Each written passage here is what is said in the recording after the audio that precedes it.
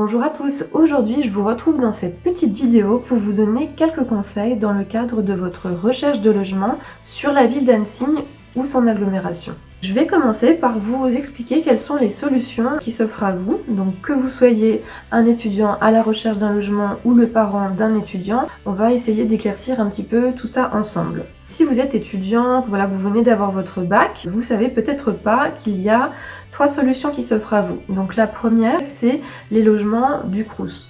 Donc comment est-ce qu'on fait une demande de logement au Crous? Il faut remplir son dossier social étudiant.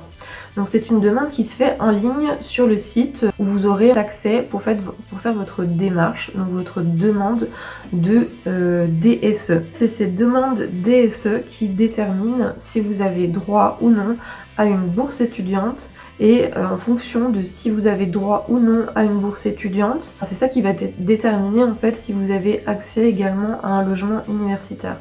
Donc il faut savoir que sur Annecy, les places sont limitées, comme dans d'autres villes d'ailleurs. Donc tout le monde, tous les étudiants ne peuvent pas être logés dans les résidences universitaires du Crous.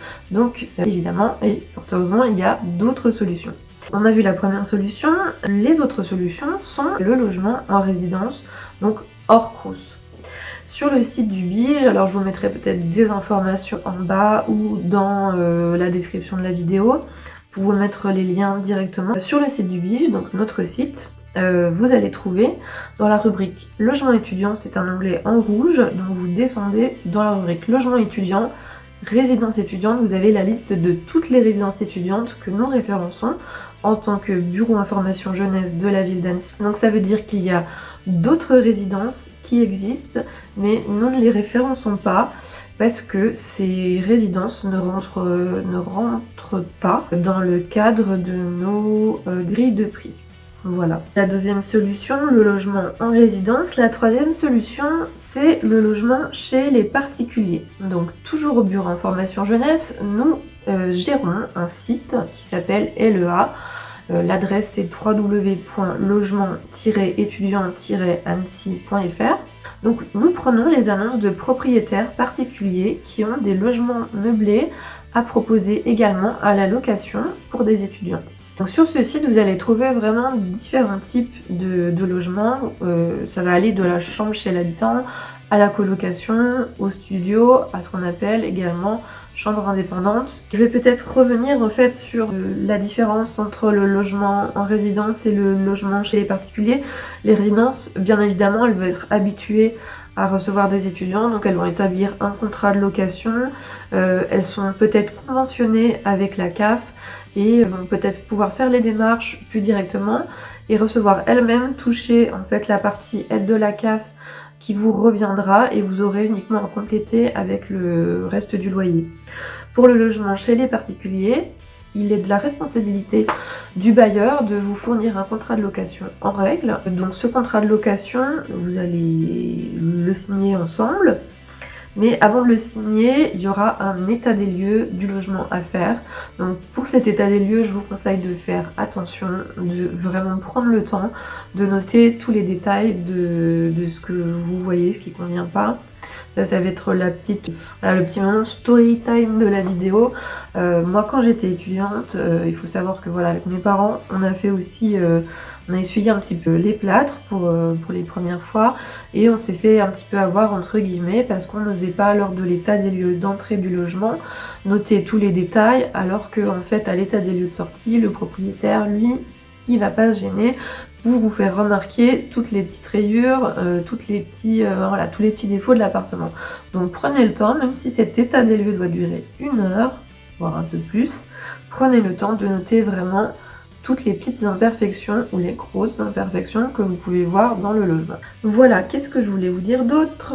Chose importante, la demande de dossier social étudiant a été rallongée pour cette année jusqu'au 23 juin à 10h alors que c'était initialement fermé à partir du 15 mai, donc c'est évidemment en raison des événements liés au Covid que voilà, ils ont souhaité certainement vous donner un petit peu plus de marge. Je voulais simplement aussi également faire un petit point sur les arnaques. Alors pourquoi ici au bureau Information Jeunesse, on vous donne ces 3 solutions? Parce que ces 3 solutions, c'est des solutions qui sont encadrées, que nous on connaît, donc ça va vous éviter le piège des arnaques sur Le Bon Coin. Alors on peut peut-être évidemment trouver des choses intéressantes sur Le Bon Coin, mais sachez que nous, dans le cadre du logement chez les particuliers, les prix sont encadrés, donc ça permet d'éviter d'avoir des prix vraiment déments pour un simple studio de 1 mètre carré.